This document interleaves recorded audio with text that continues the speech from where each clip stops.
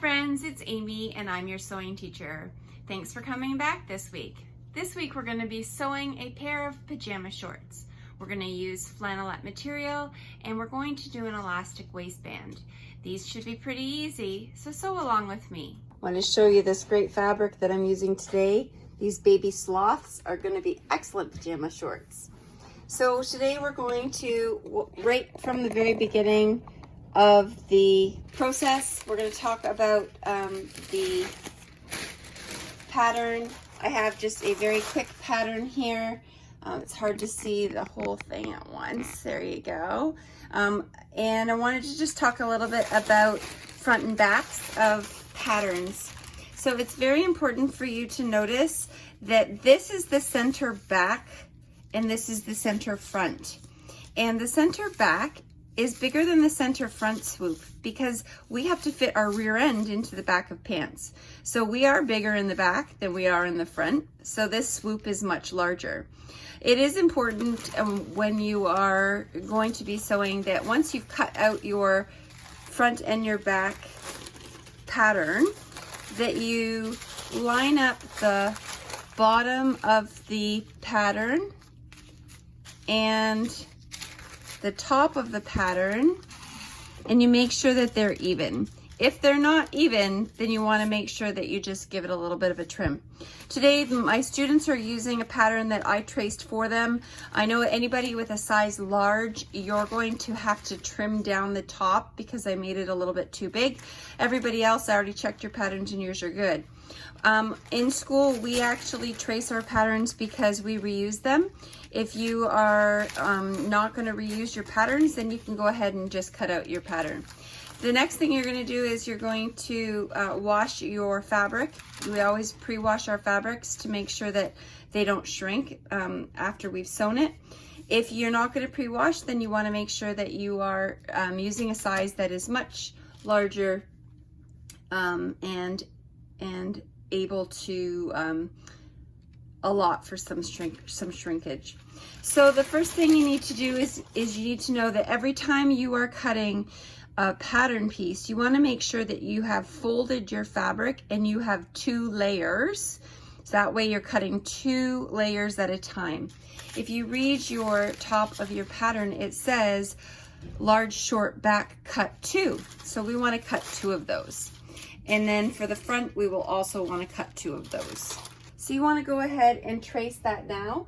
You can use an erasable pen, or you can use a Crayola marker, or a pencil, or a piece of soap, or anything that might work for you, as long as you cut it off and it doesn't go through.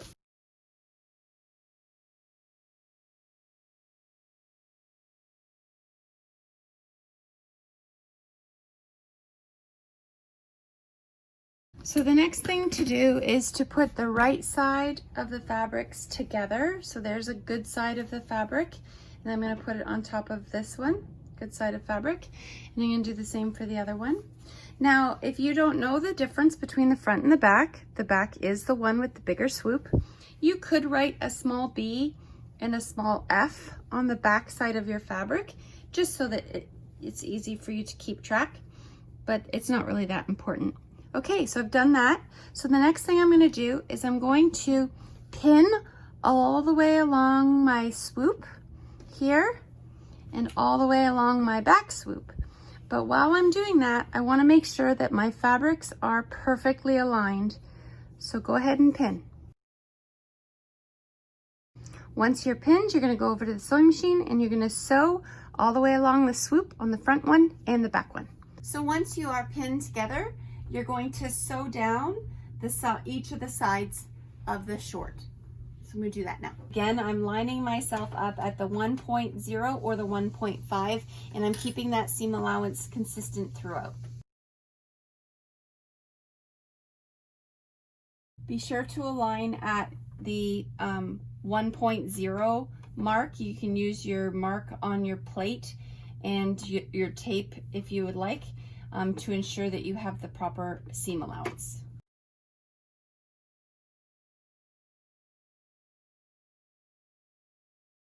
Once you have sewn this swoop of the front and the back. Remember, the back swoop is the bigger swoop because it has to fit our rear end. We open it up and we start to see it starting to look like shorts. So this is the back. So I'm going to put the back down first on my lap, and then I'm going to open up the front and put the front on top of that so that the good side of the material and the good side of the material are together. Once I've done that, I'm going to line up the side all the way down from the top to the bottom on both sides, and I'm going to pin. So go ahead and do that. So I've just finished pinning and sewing each of the sides of the short. So the next thing I'm going to do is I'm going to go into the inseam, which is the middle of the short, the part that goes in between the leg. So what you're going to do next is you want to take the center seam, so that's this seam, center seam back, and the center seam front, and you want to lay those on top of each other. So you want to make sure that this line and that line line up together perfectly, and then you're going to lay down each of those seam allowances so that it's flat like that. And when you're sewing over that, you're going to reverse stitch a couple times over that so that you don't have any holes that happen over time. That would be something that you don't want, is you know, holy area of any kind of a garment like this. So we are going to pin the inseam, and while we're pinning the inseam, we want to make sure that those fabric edges are lined up nice and even. Next, we're going to sew that. Again, I'm going to make sure that I have my seam allowances at 1 or 1.5. That's totally up to you, but no smaller than that and no larger than that.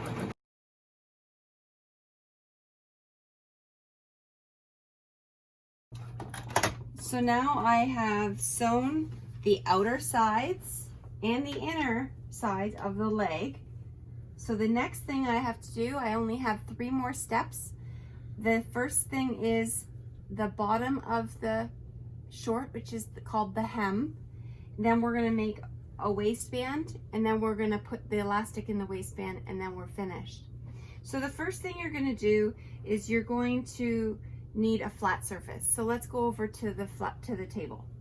So normally at this stage you would pull out an iron and an ironing board. If we were in the classroom, that's what we would have, the ironing stations out. But some of you might not have an iron at home, so we're actually going to work today using our fingers, and we're going to do what's called a finger press or hand press in order to make creases and have things stay, and then we'll sew them down afterward. So just follow along. So the first thing we need to do is we need to take 1/4 inch, and we're going to fold it up 1/4 inch. So you will need to have a ruler, or you'll need to have your measuring tape handy. I have this, the handy dandy little ruler. This is called a gauge ruler, and this is actually a measuring tab that gauges, and we can leave it. So if I only want 1/4 inch, I mark it for 1/4 inch, and then I know how much 1/4 inch is every time because I'm reading it between there. So I'm going to turn this to 1/4 inch. So you're gonna put both your thumbs in, you're gonna put both your fingers on the sides, and you're gonna flip it. So do that first, and then you're gonna shimmy it down till it's about 1/4 inch. So we have at 1/4 inch here, all the way along here. This is about 1/2 inch, not 1/4 inch, so 1/2 inch would be fine. You wanna make sure that you cut them long enough, because if you take too much hem, then your shorts will get really, really short. So once you've done that, you're gonna put your hands on it, your thumbs on it, and you're gonna run your thumbs across, and then you can use your hand to hand press that down. And so it tends to stay better when it's been pressed. So then once you've done it once, we're gonna do it one more time before we actually sew this hem. So we're gonna flip at this edge one more time, and we're gonna flip at this edge one more time, and then we're gonna shimmy it down so that it's about 1/2 inch all the way around, and press it again. So 1/2 inch and press it again. At this point, you're going to pin, or I use clips, but if you were to be pinning,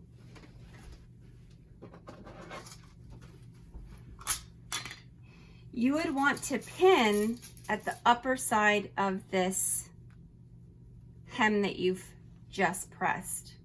And the reason why you want to pin at the upper part is because that's where you're going to be sewing. You want to sew right along this edge, just about, 1/2 centimeter from the edge. And you're going to sew that 1/2 centimeter all the way along. So I will pin this one, and I will wonder clip my other one, and then we'll go to the sewing machine.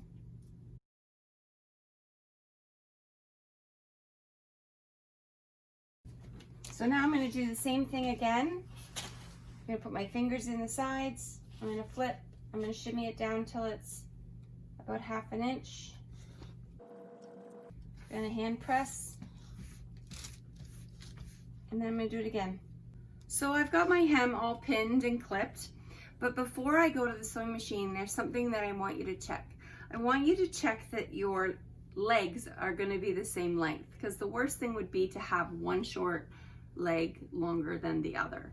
So what you do, or how you do that, is you put your finger in the inseam right at the end of the swoop on the center seam. So here's our center seam. You're going to come all the way down. You're going to grab onto that. That's right where the seams meet, and you're going to align both legs, and you want to make sure that those are even. So right now those are even, so I'm set to sew my hems down. At this point, you can take the extension table off of your machine if you'd like. It actually allows for you to sew with the leg all the way around. So I'm going to take off my extension table, and I'm going to put my whole leg around that arm of the sewing machine. And what that does is it just makes it a lot easier to handle, and I don't have to try to keep the bottom part out from getting sewn. So if you can take your extension table off, this will be a lot easier for you. So now I'm going to just snip my threads, and I'm going to go to the other leg. Again, you want to make sure that you are sewing at the top of that hem, nice and close to that edge, not the bottom, because if you hem it at the bottom, then you're going to have all sorts of extra falling down on you. You want to make sure that you are sewing at the top of the hem. So you see I've now hemmed the bottom of the short. They are both sewn down. That's great. If you have any threads, you can clip them now. Next, we're going to go and we're going to make the waist band. And in order to do that, we're going to do the same thing we just did on the hem, where first we're going to turn it 1/2 inch, and then we're going to turn it 1.5 inches. And we want to make sure that that's 1.5 inches wide so that we can actually fit the elastic in there. So the first thing I'm going to do is I'm going to pin on either side of that seam. And I've put those pins in so that I can make sure that I don't sew across this part. That's where I'm going to insert my elastic. So now I'm going to go all the way around, and I'm going to make sure that that first 1/4 inch is laying down, and then I'm going to finger press that, and then I'm going to go 1.5 inches, and I'm going to finger press that. So hang on tight, we'll be right there. Can I pan to them for 1 second? Mm-hmm. Can I pan to the dogs for 1 second? Sure. They are having a brawl. They're just playing. It's because it's close to dinner time. So I've pinned the waistband, and I've left the markers in the back seam so that I can remember not to sew there, so that I have a place to put my waistband. So I'm gonna go sew this, and then we have one more step left. So again, you want to make sure that you're at the edge of the waistband and not on this end, because then you won't be able to keep your elastic in. I'm actually going to use the plate as my runner so that visually I can see that I don't want to see any metal, but I'm also going to be keeping an eye on where it is on the foot, and that's going to help me.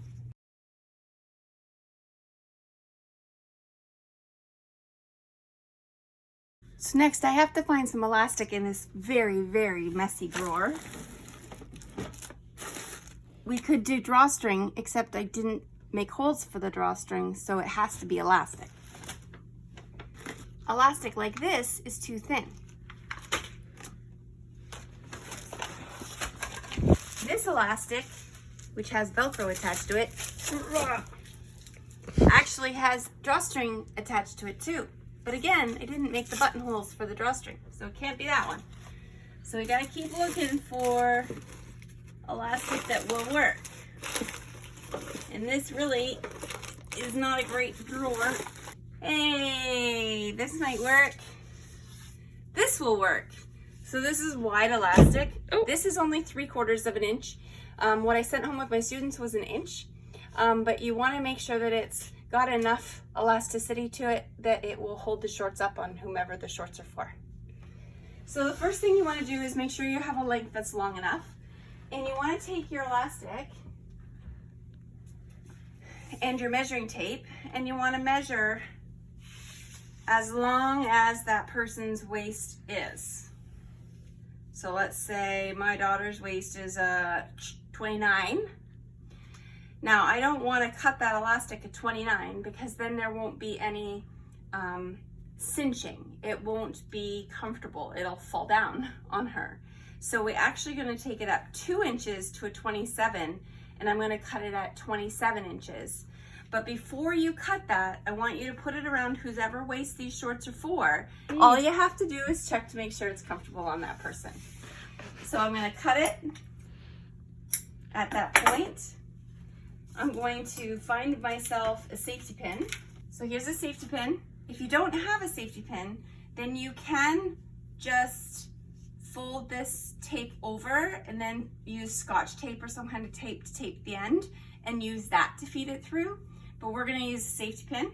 And I wanna pin this side of the elastic to the waistband to make sure that it doesn't get lost on the inside, because I would hate to have to find it after all that work. So I pin the end to the waistband.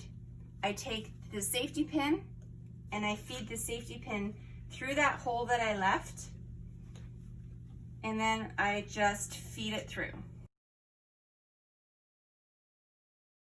So I'm back and I have got the elastic all the way through. And before I do anything else, I'm gonna unpin the other elastic from the waistband, and I'm going to use my safety pin to pin those together. Next thing I'm going to do is I'm going to even out the gathers all the way around the short, because I wouldn't want all the gathers to be just at the front or just at the back, because that would be uncomfortable. These are supposed to be comfortable shorts. These are your pajama shorts. You don't want any kind of bunching anywhere, because that wouldn't be very comfortable. So I went all the way around. The next thing you want to do is you want to make sure that the elastic stays flat inside that waistband and that there's no twisting. I can feel that it's twisted up there a little bit, so I want to make sure that that gets flattened out before I sew it. And I'm going to pull the 2 ends together again and make sure that those are flat all the way around. So now it is flat all the way around. You're gonna go to the sewing machine. I'm gonna put these 2 pieces together flat like that, and I'm gonna go back and forth and back and forth and back and forth and back and forth and back and forth and back and forth and back and forth and back and forth probably 10 times. And the reason why I want it to be flat, again, is I don't want extra bulk and bunching at the back. It would be very uncomfortable to sleep on. So we're gonna go nice and flat, and we're gonna zigzag back and forth and back and forth and back and forth. So that's gonna go forward stitch, reverse stitch, forward stitch, reverse stitch.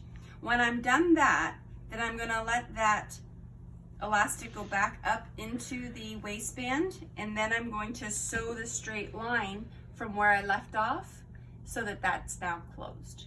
So let's go do that. So I'm gonna let that pop back in. I'm gonna even out those gathers all the way around. And in order to make sure that that elastic doesn't flip inside there, I'm going to sew that elastic flat at the side seam and the back seam and the other side seam.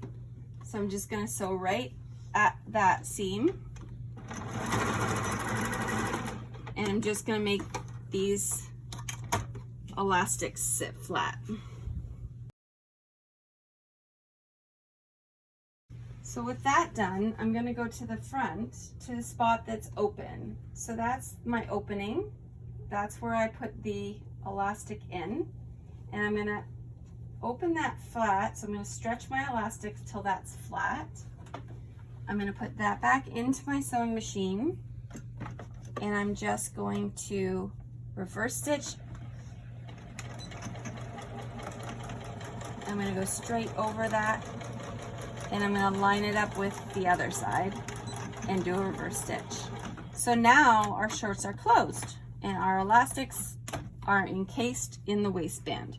Next, you've got all these little threads. You wanna make sure that you snip all those off. And then we can turn our shorts right side out, because look folks, we have some shorts. Hold on, let's flip them right side out. How proud are you? You made yourself some shorts. That's awesome. Well, I do have some dangly threads still I need to take care of. But other than that, there we go. A pair of shorts. Good job. Well, my friends, that's the show for today. Thanks for sewing along with us today. These pajama bottoms are a really great thing for beginner sewists. Also for somebody who is looking to advance their skills, doing this type of pattern over and over again will give you a little bit of confidence, and in no time you'll be making pants and all other types of projects.